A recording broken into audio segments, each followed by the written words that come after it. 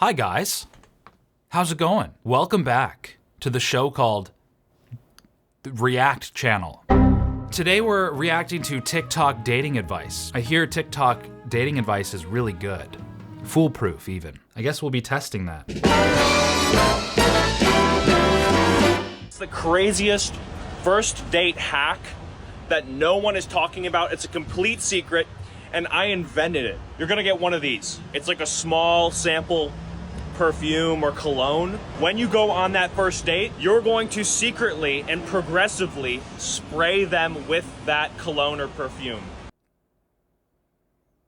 Is that assault? They're not gonna be able to escape you. They're gonna go to the bathroom. They're gonna smell you. They're gonna leave the date. They're gonna smell you. They're gonna re-wear the same clothes that they wore to your date, and they're gonna smell you and think about you. Wouldn't they just think that's what they smell like? Right? Like, usually when you put on cologne, you go nose blind to the smell. You get used to it. Unless you smell it really close or something. But if it's on them, they'll just think that's what they smell like. Right? Am I crazy? How are you gonna pull that off too? You have a little vial? What, are you gonna like get up to go to the bathroom 16 times and just kind of give them a little squirt on your way by? This is just a weird idea in my opinion. They're not gonna be able to escape you.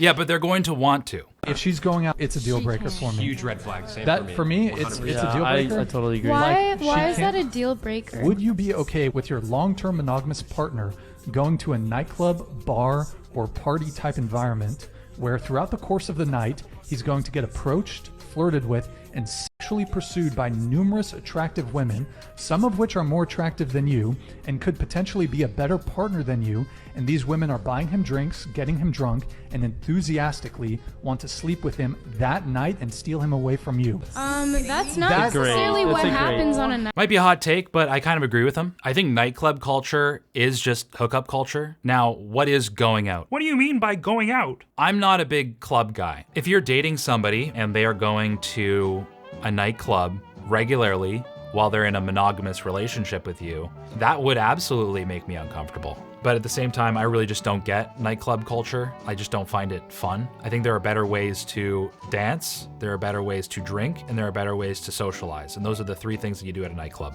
The drinks are expensive. There are better ways to communicate and socialize because you can barely communicate or socialize with anything except your body, and that's problematic.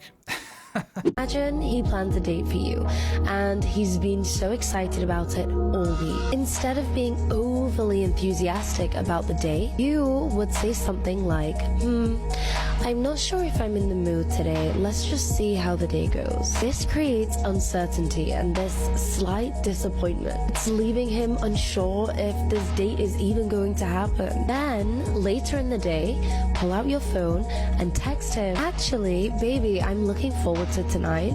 I can't wait to see you. By shifting from hesitation to excitement, you've just created a moment of tension that now he has to sit with, followed by the relief that the date is actually finally back on. This makes the time that you do spend with him extra special because he wasn't even sure if it was going to happen or not. This unpredictability keeps him emotionally engaged. The contrast between tension and pleasure strengthens. No. No. No. Poor communication, manipulation. If you're gonna manipulate somebody's expectations, go into marketing. Give a keynote do that. Give a keynote speech. Keep people in suspense during your keynote speech. Give a TED Talk. Like, I just don't know why you would play those games in a relationship. I don't know if I like that one. No. That's just a hard no from me.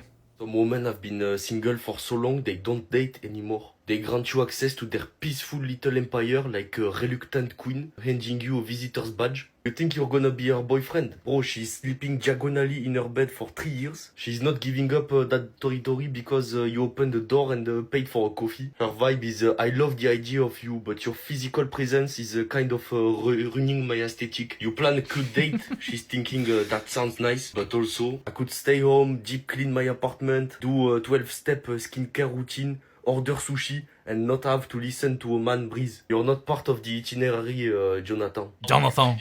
I can't argue with a single sentence of that. That's hilarious. Judging by my face, right? I laugh a lot out loud to myself when I find something funny. Like this.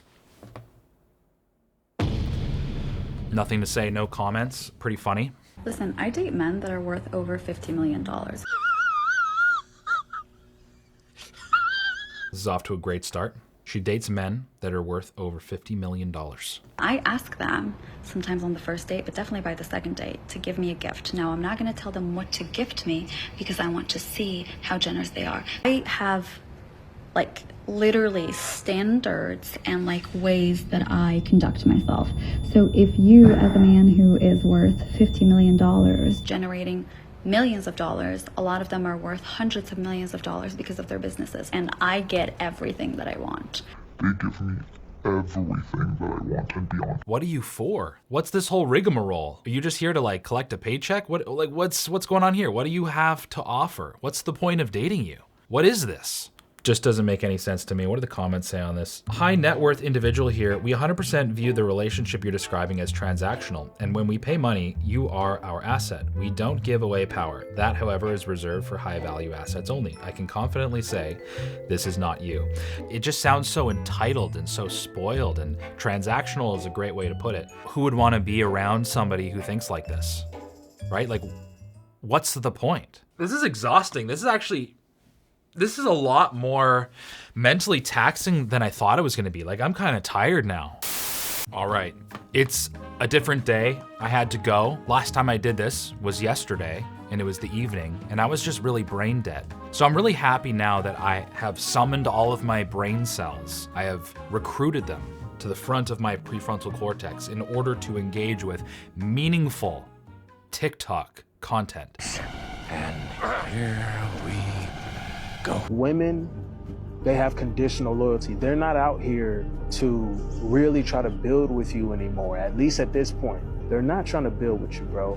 It's not about what they can do for you. It's about what you can do for them. They're selfish at an astronomical level. It's a different ball game we're in today. So I feel like a lot of these perspectives are true in a very small demographic. I feel like a lot of people who make these TikToks live in large urban areas. When people sardine themselves into high rises, like shrimp in a box, you don't really see people unless you go to these clubs. You know, you're walking along the street, you're not really going to approach very many people, so you do one of two things if you're looking for love. You go on Tinder or Hinge or Plenty of Fish or whatever. You go window shopping, and everybody there obviously wants to look very good and very impressive on a surface level because that's how you succeed on the app. So right off the bat, you have this very visual, focused, shallow representation of yourself, and you're kind of forced to play that game. And if you don't want to meet online, you'll go to where people sort of expect to get steamy and romantic, which is like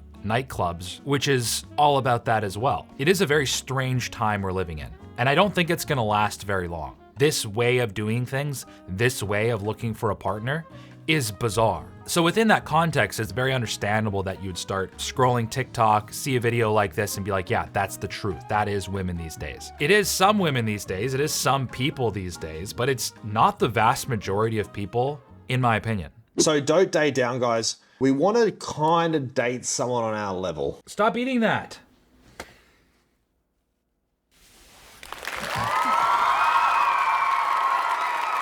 The culprit. Has anyone been on a date before with someone who they feel subjectively is way, way better looking than they are? It feels weird. Like going for a run with somebody, they're an Olympic runner and you're trying to jog. There's a lack of compatibility there. It doesn't feel right. That's just insecurity. Date whoever you're attracted to. Go ask people out that you're attracted to.